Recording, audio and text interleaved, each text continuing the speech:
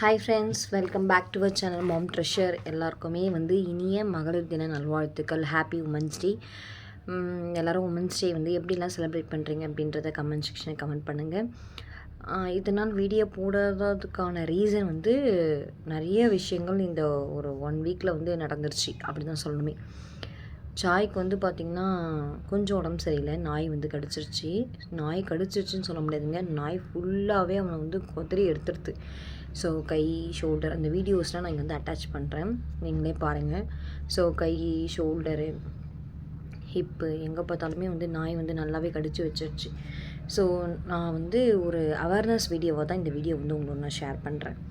நாய் வளர்க்குறவங்க மற்றவங்களுக்கு தொந்தரவு கொடுக்குற மாதிரி இருந்துச்சு அப்படின்னா தயவு செஞ்சு அந்த நாயை நம்ம என்ன பண்ணணும் அப்படின்னா டிஸ்போஸ் பண்ணிடணும். நிஜமே நகராட்சி கால் பண்ணி அந்த நாயை நம்ம பிடிச்சி கொடுத்துணுங்க. நாயை வச்சுக்கிட்டு மற்றவங்களுக்கும் தொந்தரவு கொடுக்குற மாதிரி எந்த ஒரு விஷயமே இருக்கவே கூடாது. அது மனிதாபிமானமும் கிடையவே கிடையாது. ஸோ மனிதாபிமானம்ன்றது பார்த்திங்கனாக்கா ஒருத்தவங்களுக்கு நம்ம ஒருத்தவங்க நம்ம அக்கம் பக்கத்துக்கு ஒரு தொந்தரவு கொடுக்குது அப்படின்னா அதை அப்படி நம்ம வச்சுக்கிட்டு நம்ம அந்த ஃபேஸ் பண்ணணும் அப்படின்ற அவசியம் கிடையாதுங்க. இது ஃபஸ்ட் இன்ஸ்டன்ட் கிடையாது. எங்கள் தெருவிலே ஒரு 3 நம்பர்ஸ் நாய் கடிச்சிச்சு. ஸோ அந்த பையனையும் நான் அவங்க வீட்லேயும் நான் தப்பு சொல்ல விரும்பலை. ஏன்னாக்கா அவங்களுமே கடிக்கணும் அப்படின்ற இன்டென்ஷனை சாயை கூட்டிகிட்டு போகலை. அவன் விளையாடுறதுக்கு தான் கூட்டிகிட்டு போயிருந்தான். ஆனால் அந்த நாய் கட்டியிருந்ததாக சொல்கிறாங்க. பட் நான் அதை பார்க்கல. கட்டியிருந்தது அந்த நாய் அறுத்துட்டு வந்துருச்சு அப்படி சொல்கிறாங்க. சாய் முதுகு மேலே ஏறிடுச்சு அந்த நாய். ஸோ பேக் ஆஃப் முதுகில் ஏறிக்கிட்டு நல்லாவே அவனை கடிச்சு வச்சிருச்சுங்க. கிட்டத்தட்ட 35 ஊசி ஒரே ஸ்பாட்டில் சாய்க்கு கடலூர் ஜிஹெச்சில் நான் போட்டிருக்கேன். நான் வீடியோஸ் எல்லாமே அட்டாச் பண்ணுறேன், நீங்கள் பாருங்கள்.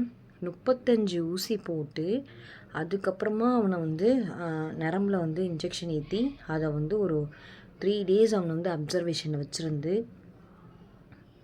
அவன் ஃபுல்லாக ரொம்ப கதறி போயிட்டான். அந்த கதறல் எனக்கு இன்னுமே காதில் கேட்டுக்கிட்டே இருக்குது.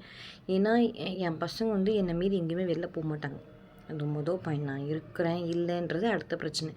நான் இருந்தாலும் இல்லாட்டாலும் என்கிட்ட பெர்மிஷன் கேட்காம வெளியில் போகவே மாட்டாங்க. அன்றைக்குமே அப்படி தான்.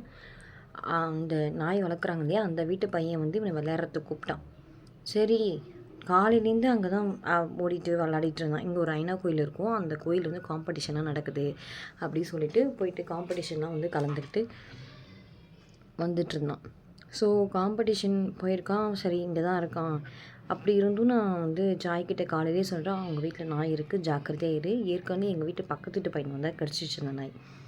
ஸோ நான் ஜாக்கிரதையாக ரெண்டுமே அந்த நாய் கட்டி போட்டு தான் இருக்குது அப்படின்னு சொன்னான். சரின்னு விட்டுட்டேன். நைட்டு நாளைக்கு மகம். இன்றைக்கி நைட்டு நான் என்ன பண்ணேன், சிக்கன் குழம்பு வச்சுட்டு சாப்பிட்டுட்டு நான் சாப்பிட்ட தட்டை கூட நான் எடுத்துகிட்டு போயிட்டு நான் இன்னும் சென்ட்டில் போடலிங்க. அப்போ தான் சாப்பிட்டு முடித்தான். அந்த பையன் விளையாடுறதுக்கு கூப்பிட்டான். இவனும் போன பிறகு ஒரு 2 நிமிஷத்தில் அந்த பையன் சொல்லணும் நாய் நான் நினச்சிட்டு நாய் கடிச்சுன்னா ஒரு இடத்துல கடிச்சிருக்கும். அப்போ நமக்கு இன்டென்ஷன் அப்படி தானே இருக்கும், ஒரு இடத்துல கடிச்சிருக்கும் அப்படி சொல்லிட்டு தான் நான் ஓடி போய் பார்க்குறேன். அப்பா, நினச்சே பார்க்க முடியல. அந்த அதிர்ச்சியிலேருந்து நாங்கள் இன்னும் மீண்டே வரவே இல்லை. அவ்வளோ ப்ளட்டு, அவ்வளோ ஊசி, அவ்வளோ கத்தல். இவன் கத்த இவனுக்கு ஏதாவது ஆகிட போகுது, மூச்சு திணறோ இல்லை ஃபிக்ஸோ வந்துருச்சு அப்படின்னாக்கா ஒன்றுமே பண்ண முடியாது அப்படின்னு டாக்டர் சொல்கிறாங்க. ஸோ அந்த அளவுக்கு அவன் ரொம்ப இந்த ஒரு வாரத்தில் ரொம்ப கஷ்டப்பட்டுட்டான். ஸோ நாய் பிரியர்கள் தயவு செஞ்சு ஒருத்தவங்க தொந்தரவு கொடுக்காமல் இருந்துச்சு அப்படின்னா ஓகே, வெல் அண்ட் குட். நீங்கள் வீட்டில் வச்சு வளர்க்கலாம், எல்லாமே பண்ணலாம். அவங்க ஃபர்ஸ்ட் டைமே ஒரு ஆயாவை கடிக்கும் போதே அந்த நாய் எந்த மாதிரியான மைண்ட் கண்டிஷன்ஸில் இருக்குது அப்படின்றத ஒரு நல்ல ஒரு டாக்டர்கிட்ட போய் காமிச்சு அதுக்கு ட்ரீட்மெண்ட்லாம் பண்ணியிருந்தாங்கன்னா இப்போது இந்த 2 பசங்க கடி வாங்கியிருக்கிறதான அவசியமே கிடையாது.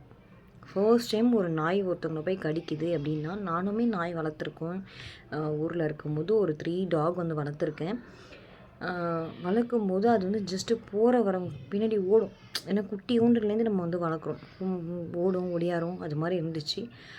அப்புறம் தெருவில் இருக்கவங்கள கடிக்கிற மாதிரி போன பிறகு நான் என்ன பண்ணிட்டேன், எதுக்கு மற்றவங்கள துன்புறுத்தி அதையும் நம்ம துன்புறுத்தி எதுக்கு நம்ம விட்டுட்டு போய் விட்டுறலாம் அப்படின்னு சொல்லிட்டு இன்னொரு வீட்டில் எடுத்துகிட்டு போய் அவங்க கேட்டாங்கன்னு சொல்லிட்டு அவங்க வீட்டில் விட்டாச்சு. ஓகேங்களா. நாய் வளர்க்குறது தப்பான விஷயம் கிடையவே கிடையாது. அந்த நாய் வளர்க்குறதுக்குன்னு சில ரூல்ஸ் அண்ட் ரெகுலேஷன்ஸ் இருக்குது. அதை ஃபாலோ பண்ணால் மட்டும்தான் நம்ம வந்து நாய் வளர்க்கணும். இல்லையா அது பெட்டர் நம்ம என்ன பண்ணணும், அதை வந்து நம்ம வேறு யார்கிட்டயாவது கொடுத்துடணும். நாய் கடித்து இவனை 32 இன்ஜெக்ஷன் கிட்ட குத்தி குத்தி கடித்த இடத்துல ஒவ்வொரு பல்லுக்குமே 2 3 ஊசியை குத்தி இறக்கி அவனை வந்து அப்படியே பார்க்கவே என்னால் முடியல. கிட்டத்தட்ட ஒரு 1/4 மணி நேரமாக டாக்டர் வந்து அவனுக்கு உடம்புல ட்ரெஸ் எல்லாத்தையுமே ரிமூவ் பண்ணிட்டாங்க. ரிமூவ் பண்ணிட்டு ஒரு பெஞ்சில் படுக்க வச்சு அந்த அளவுக்கு அவனை அப்போ தான் அது கடித்த இதெல்லாம் வெளியில் வரும் அப்படின்னு சொல்லிட்டு அந்த அளவுக்கு அவனை குத்தி கித்தி எல்லாமே பண்ணாங்க. அது வரைக்குமே இந்த நாய் கடித்தவங்க வந்து கூட தான் நின்றுட்டு இருந்தாங்க. ஓகேங்களா. ஒருத்தவங்கள நம்ம வந்து இவ்வளோ தூரம் நம்ம சாதாரணமாக ஒரு குழந்தை வந்து தடுக்கி உண்டாலோ இல்லை ஏதோ ஒன்று சம்திங் நடந்தாலோ நம்ம அந்த விஷயம் நம்ம மனசில் வந்து ரணமாக இருக்கும். ஒரு ஆறாத ஒரு ரணத்தை கொடுத்துரும். ஐயோ இந்த குழந்தை இந்த இடத்துல தடிக்க வந்துச்சு, நெக்ஸ்ட் டைம் வேறு யாராவது இந்த இடத்துக்கு போகும்போது பார்த்து போகணும் அப்படின்னு யாரோ ஒரு குழந்தை பண்ண கூட அந்த இடத்துல பார்த்து போ, அந்த இடத்துல பள்ளம் இருக்குது இல்லை கல் இருக்குது ஏதோ சம்திங் சொல்லுவோம். ஆனால் இந்த நாய் வளர்க்குற வீட்டிலேருந்தே வந்து பார்த்துட்டு அவன் துடித்தது அப்படியே அவன் வந்து எப்படி தெரியுமாங்க துடிக்கிறான், முருகா என்னை காப்பாற்று, முருகா என்னை காப்பாற்று. அந்த வார்த்தை இன்னுமே ரொம்ப மனம் வந்து ரொம்ப கஷ்டத்தை கொடுத்துருதுங்க. ஸோ அது மாதிரி அவன் வந்து இந்த வார்த்தையை சொல்லி என்னை காப்பாற்று காப்பாற்றுன்னு கதறான். அங்கே இருக்கிற பேஷண்ட் எல்லாருமே ஏஞ்சி வந்துட்டாங்க. நீங்கள் ஏன் சும்மா இருக்கீங்க, நான் வளர்க்குறவங்க வீட்டில் நீங்கள் வந்து போலீஸ் கம்ப்ளைண்ட் கொடுங்க, அவங்கள வந்து கேளுங்க, அவங்கக்கிட்ட சண்டை போடுங்க. நான் ஒரு வார்த்தை கூட நாங்கள் உங்ககிட்ட வந்து பேசவும் இல்லை கேட்கவும் இல்லை. நாங்கள் 3ஆவது நாள் வந்து அப்சர்வேஷனை வச்சு பார்த்துட்டு அப்புறம் டாக்டர் வந்து ஓகே. ஆனாலுமே இந்த ஒரு 15 டேஸ்க்கு அவனை வந்து ரொம்ப கண்ட்ரோல்டாக வச்சுக்கோங்க.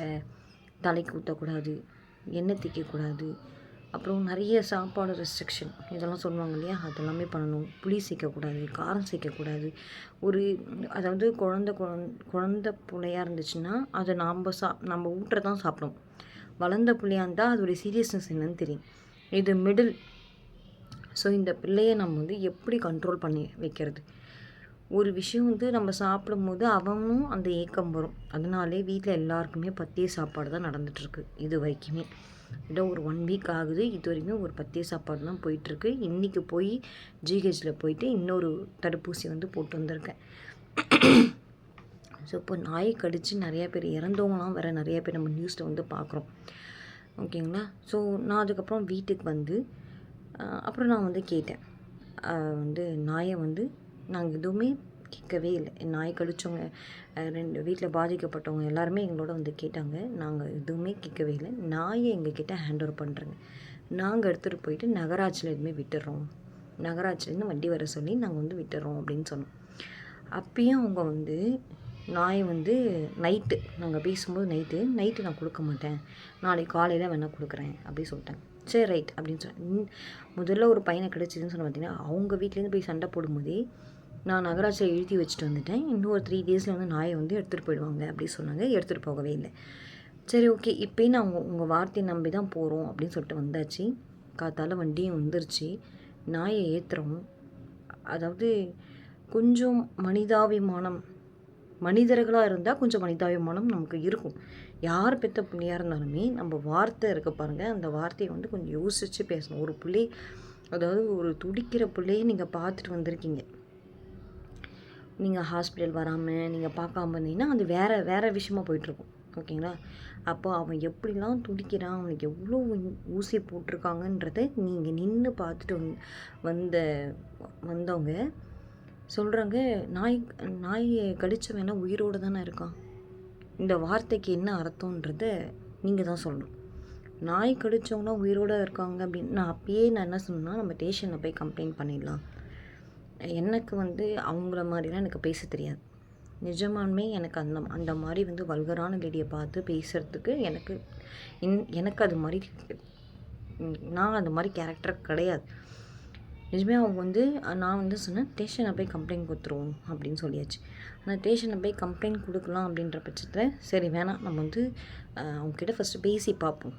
நாயை வந்து ஹேண்ட் ஓவர் பண்ணலை அப்படின்னா, டாக் ஹேண்ட் ஓவர் பண்ணலை அப்படின்னா நம்ம போய் ஸ்டேஷன் போய் கம்ப்ளைண்ட் கொடுக்கலாம் அப்படின்னு சொல்லியாச்சுங்க.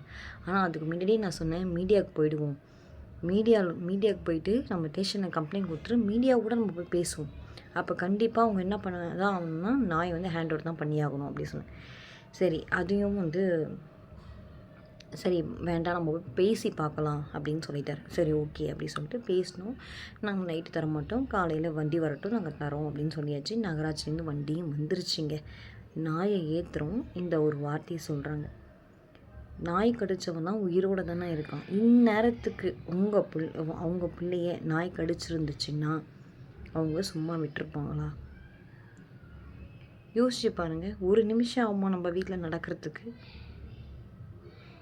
இது யார் பெத்த பிள்ளையோன்றனால நீங்கள் வந்து இந்த மாதிரி ஒரு வார்த்தையை பயன்படுத்தலாமா? இது தவறு தானே. இதை மாதிரியும் சில மனிதர்கள் வந்து அதாவது பெண்களே இது மாதிரி இருக்கிறாங்கன்னும் போது தான் எனக்கு பயங்கர ஷாக். சரி, நாய் வந்துச்சு, அந்த வார்த்தையை சொல்லிட்டாங்க. நாங்களும் அந்த வார்த்தைக்கு மனசு கொந்தளிக்குது. யாராக இருந்தாலும் பெற்றவங்களுக்கு மனசு கொந்தளிக்க தான் செய்யும். அந்த வலியோடு நான் வந்து என்ன பண்ணிட்டேன், கம்முன்னு வந்து நான் அப்போ இல்லை. அதனால் என் ஹஸ்பண்ட் என்ன பண்ணிட்டாரு, அப்படியே அமைதியாக வந்துட்டு கடவுள் இருக்கான், கடவுளை பார்த்துப்பான். ஆனால் அவன் வந்து ஒவ்வொரு சொட்டும் நீங்கள் ஜஸ்ட்டு வந்து இல்லைங்க மன்னிச்சிடுங்க, நாங்கள் நாயை ஹேண்ட் ஓவர் பண்ணிடுறோம், இல்லை ஏதாவது ஒரு விஷயம் நம்ம வந்து சொல்லியிருந்தாலும் நம்ம என்ன பண்ணிக்கலாம், சரி ஓகே, சரி நாயை வந்து ஹேண்ட் ஓவர் பண்ணுருவாங்க அப்படின்னு சொல்லிட்டு விட்டுறலாம். ஹேண்ட் ஓவர் பண்ணி நாயை வந்து நகராட்சிலேருந்து எடுத்துகிட்டு போயிட்டு மறுநாளே அந்த நாய் வந்து மறுபடியும் வீட்டுக்கு வருது. இது என்ன நகராட்சியிலேருந்து என்ன மாதிரியான ஆக்ஷன் எடுக்கிறாங்கன்றது எனக்கு இந்த கவர்மெண்ட் சைட்லேருந்து நம்ம வந்து கரெக்டாக ஒரு ப்ரொசீஜரோடு போகிறோம். கவர்மெண்ட் சைட்லேருந்து ஒரு நாயை வந்து பிடிச்சிட்டு போகிறாங்க. அப்போ அந்த நாயை வந்து எடுத்துகிட்டு போயிட்டு மறுபடியும் வீட்டுக்கு கூப்பிட்டு வராங்க. வீட்டுக்கு கூட்டிகிட்டு வந்து அந்த நாய்க்கு வந்து டிஸ்ட்ரிக்ட்லாம் சுற்றி நீங்கள் வந்து நாய் வந்து நீங்கள் கொஞ்சம் பேசிக்காக யோசிச்சு பாருங்கள். ஒரு படித்த லேடி ஒரு ஒரு ஒரு ரெண்டு பிள்ளைக்கு நம்ம வந்து தகப்பனும் தாயாக இருக்கிறோம். அப்போது ஒரு சொட்டு ரத்தத்துக்கு எவ்வளோ ஒரு இது இருக்கும். ஒரு நாயை கொண்டு வந்து விடுறோன்ற போது அது எவ்வளோ வலி கொடுக்கும். இல்லை கரெக்ட் இல்லை. நாங்கள் வந்து நியாயமாக பேசுகிறோமா இல்லையான்றதை நாய் பிரியர்கள் எத்தனை பேர் இந்த வீடியோ பார்க்குறீங்களோ கமெண்ட் செக்ஷனில் கமெண்ட் பண்ணிட்டு போங்க. ஒரு அவேர்னஸ் வீடியோ தான். தயவு செஞ்சு இனிமேட்டு நாய் இருக்கிற வீட்டுக்கு விடவே விடாதீங்க பசங்களை. என்ன தான் அது தெரிஞ்ச நாயாக தான். அவங்க வீட்டில் போய் விளையாடக்கூடிய பையன்தான், நான் இல்லைன்னு சொல்ல, விளையாடக்கூடிய பையன்தான். ஆனால் அந்த நாயோடைய கேரக்டர் அதோடைய இது வந்து மாறுது. ஸோ அப்போ மாறும்போது அந்த ஓனருக்கு தெரிஞ்சிருக்கும், கண்டிப்பாக இந்த நாயோடைய ஒரு விஷயம் வந்து மாறுது அப்படின்னாக்கா அந்த ஓனருக்கு தெரிஞ்சிருக்கும்.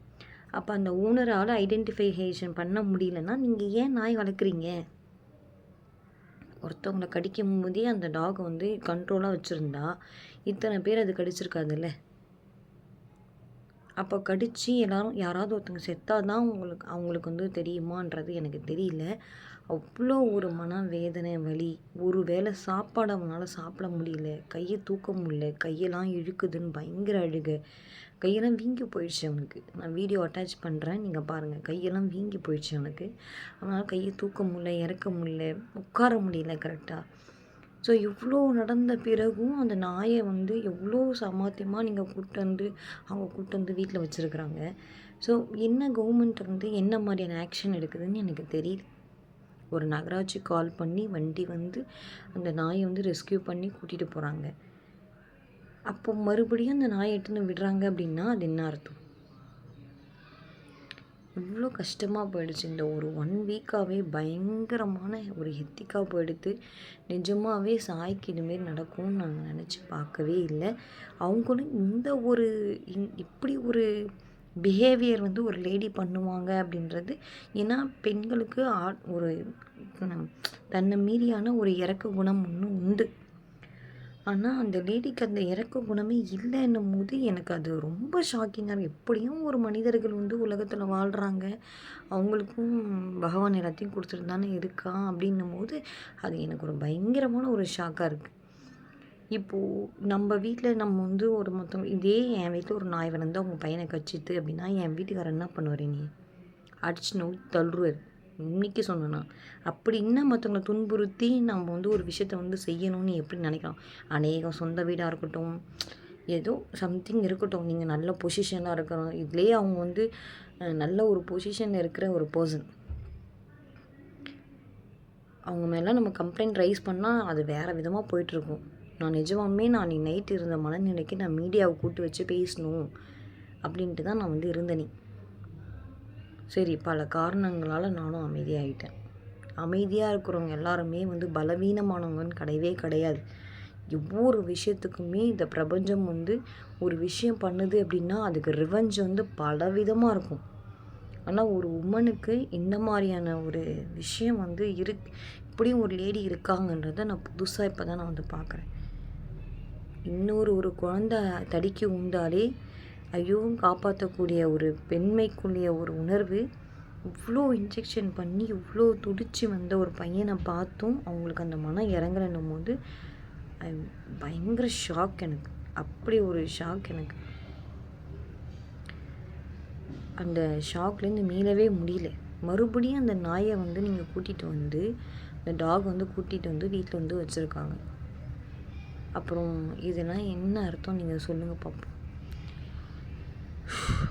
மனிதர்கள் பலவிதம் இருப்பாங்க. ஆனால் நிஜமே ஒரு ஆண் ஒரு ஆம்பளை வந்து இந்த மாதிரி ஒரு ரூல்ராக இருக்கிறாரு, ரூல்ராக பேசுகிறாரு அப்படின்னா அது வேறு விஷயம். ஒரு பெண் வந்து இவ்வளோ நடந்த பிறகும் நான் இந்த ஒரு விஷயத்த செய்வேன் அப்படின்னு ரொம்ப அடமண்ட்டாக இருக்கிறது ரொம்ப தப்பு. இதுக்கான ரிவெஞ்ச் வரும்போது, தாங்கிக்க முடியாத வலி வேதனை வரும்போது மட்டும்தான் அவங்களால உணரவே முடியுமே. கண்டிப்பாக இது வந்து ஒவ்வொரு பிள்ளை வீட்லேயும் இது வந்து நம்ம கண்டிப்பாக தெரிஞ்சுக்கணும். நாய் இருக்கிற வீட்டுக்கு மட்டும் நம்ம பசங்க அனுப்பவே கூடாது. நான் அவங்க வீட்டுக்குள்ளே போய் கூட அவனை கடிக்கவே இல்லை. வீட்டுக்கு வெளியில் இந்த நாய் வந்து ஓடி வந்து இவனை வந்து கடிச்சிருக்கு. எங்களால் இதுலேருந்து வெளியில் வர முடியல. அவனால் சாப்பிட முடியல. எந்த ஒரு ஐட்டமும் தரக்கூடாதுன்னு சொல்லிட்டாங்க டாக்டர். ஏன்னா அவன் ஃபுல் அண்ட் ஃபுல் உடம்பு ஃபுல்லாகவே வேக்சினில் இருக்குது. இப்போது 32 இன்ஜெக்ஷனுங்க. சும்மா 1 2 கிடையாது, 32 ஊசி கிட்ட போட்டிருக்காங்க அவனுக்கு. 32 இன்ஜெக்ஷன் மட்டும் அவனுக்கு வந்து அந்த காயத்தை சுற்றி வந்து போட்டிருக்காங்க. மற்றபடி எல்லாமே வந்து நரம்புலே ஏற்றி கிட்ட வந்து ஒரு 45-50 ஊசி கிட்ட அவனை போட்டு தான் இந்த 3 டேஸில் வந்து வீட்டுக்கே விட்டாங்க. ஸோ இந்த மாதிரியும் ஒரு அடமண்ட்டான வந்து லேடியை வந்து நம்ம இந்த உமன்ஸ் டே அப்போ பேசுகிறது ரொம்ப நல்ல ஒரு விஷயமாக எனக்கு தோணுச்சு. அதனால் தான் இந்த உமன்ஸ் டே அப்போ பேசுகிறேன். ஸோ நாய் பிரியர்கள் தயவு செஞ்சு உங்கள் நாயோடைய கேரக்டர் வைஸ் ஏதாவது சேஞ்சஸ் இருக்குது அப்படின்னா உடனே ஹாஸ்பிட்டல் கூட்டின்னு போய் அதுக்கு என்ன ட்ரீட்மெண்ட் பண்ணணுன்றதை பார்த்து, உங்கள் வீட்டில் நாய் இருக்குது அப்படின்னாலே வீட்டில் வந்து எந்த ஒரு பசங்களுமே விளையாடுறதுக்கு அலோவ் பண்ணாதீங்க. பசங்கனாலே ஒரு 4 பசங்க கூட சேர்ந்து விளையாட தான் லைக் பண்ணுவாங்க. நான் எப்பயுமே அந்த பசங்க எங்கள் வீட்டில் தான் வந்து விளையாடுறதுக்கு நான் வந்து அலோவ் பண்ணுவேன். இப்போது அன்றைக்கி என்னவோ தெரியல, யாருக்கு நேரம் சரியில்லையே எனக்கு தெரியல. ஆனால் வந்து அவன் அன்றைக்கி அங்கே போய் விளையாண்டதுனால அவன் பட்ட வலி வேதனைகள் பல அதாவது என்ன சொல்கிறதுக்கான வார்த்தையே இல்லை. ஸோ அந்தளவு அவன் வந்து வலி வேதனை அனுபவிச்சிட்டான். இப்போது இனிமேட்டு அவன் வந்து எங்கேயும் வெளியில் போக மாட்டான்னு நான் நினைக்கிறேன். சில விஷயங்கள்லாம் வந்து சொன்னால் புரியாது, நீயா பட்டால் தான் தெரியும் அப்படின்னு சொல்லுவாங்க. அந்த மாதிரி வந்து அவன் வந்து ரொம்ப பட்டுட்டான். இப்போ வந்து அவன் வீட்டை விட்டு வெளியில் போய் பயப்படுறான். சின்னதாக ஒரு மாடு வந்தால் கூட பயப்படுறான். இப்போது ஒரு மாடு வந்தாலே உடனே ஓடி வந்துடுறான். திடீர்னு நைட்டில் அலண்டு அழுகுறான். ஐயோ நாய் என்னை கடிக்க வருதுன்னு. ஏன்னா அவன் எந்திரிச்சு பார்க்கும்போது அவனோட முகம் நாய் முகம் இங்கே இருந்திருக்கு. ஸோ அந்த திகில் வந்து அவனை விட்டு இன்னும் போவே இல்லை. திடீர்னு ஏஞ்சி அழுகுறான், கை வலிக்குதுன்னு அழுகுறான். இப்போ மண்டேலேருந்து அவனுக்கு ஆனுவல் எக்ஸாம். நேற்று தான் அவங்க ஸ்கூல்லேருந்து வந்து பிரின்சிபல் இன்னும் 2-3 ஸ்டாஃப்ஸ்லாம் வந்து பார்த்துட்டு போனாங்க. அவங்க ஸ்டாஃப்ஸ் எல்லாமே கால் பண்ணி அவனை வந்து நல்லா தேற்றுங்க, உடம்பு நல்லா தேற்றுங்க அப்படின்னு சொல்லியிருக்காங்க. அது மட்டும் இல்லாமல் ஜிஹெச்சுக்கு வந்து நான் ஆல்ரெடி சொல்லியிருக்கேன், நான் ஜிஹெச் மட்டும் எப்பவுமே போனதே இல்லை. கீர்த்தியோடைய ப்ரெக்னென்சி மட்டும்தான் நான் ஜிஹெச்சில் பார்த்தேன். சாய்க்கு நான் ஜிஹெச்சுக்கு போகவே மாட்டேன்னு ஒரே அடம். ஜிஹெச்சுக்கு நான் போக மாட்டேன் அப்படின்னு சொல்லிட்டு. ஸோ அதனால் வந்து நான் ஜிஹெச்சுக்கு போகவே இல்லை. ஆனால் ஃபர்ஸ்ட் டைம் நான் வந்து சாயை வந்து ஒரு 3 டேஸ் வந்து நான் ஜிஹெச்சில் வச்சுருந்தேன். பல பல பேர் பல பேர் அந்த அந்த வார்டில் கிட்ட வந்து ஒரு 30 பெட்டு கிட்ட இருக்கும்.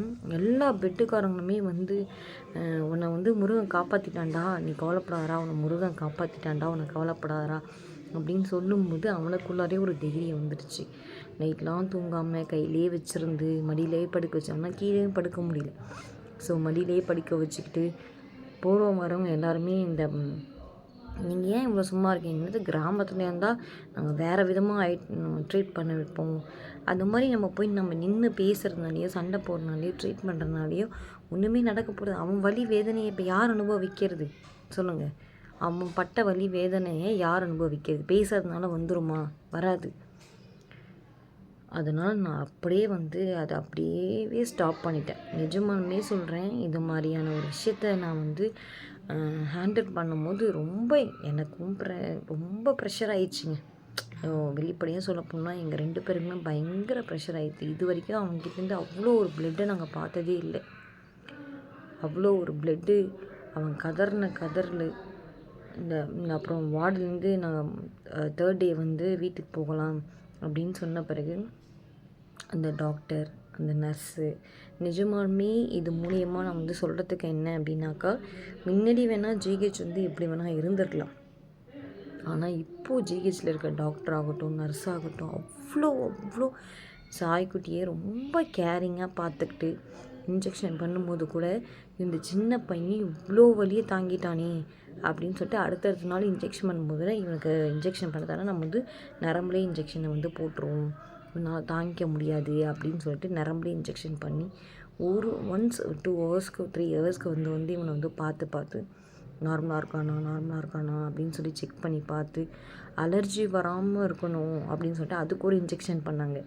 வலிக்காமல் போடுறேன்டா, உனக்கு வலிக்காதடா அப்படின்னு சொல்லி அந்த டாக்டர் ஆகட்டும், நர்ஸ் ஆகட்டும் நைட் டியூட்டி பார்க்குறாங்க. 12 மணிக்கு வந்து பேசுகிறாங்க. 12 மணி நமக்கெல்லாம் எப்படி இருக்குன்னு சொல்லுங்கள். வந்து பேசுகிறாங்க. ஒன்றும் இல்லைடா உனக்கு ஒன்றும் இல்லை, ஒன்று அலண்டு அழுகுறான். நர்ஸெல்லாம் வந்து பார்க்குறாங்க. ஒன்றும் இல்லைடா, அதெல்லாம் ஒன்றும் இல்லைடா, தைரியமாகறா அப்படி சொல்லிட்டு அவங்க வந்து இவங்க வந்து தேத்துறாங்க. ஸோ அவங்க வந்து நான் என்ன சொல்கிறேன்னு எனக்கே தெரியலைங்க. அந்த ஜிஹெச்சில் அவ்வளோ நல்ல உள்ளங்களை நாங்கள் வந்து பார்த்தோம். இந்த டாக்டர் ஆகட்டும், நர்ஸ் ஆகட்டும், நிறைய இன்னமும் தவறுகளும் நடக்குது.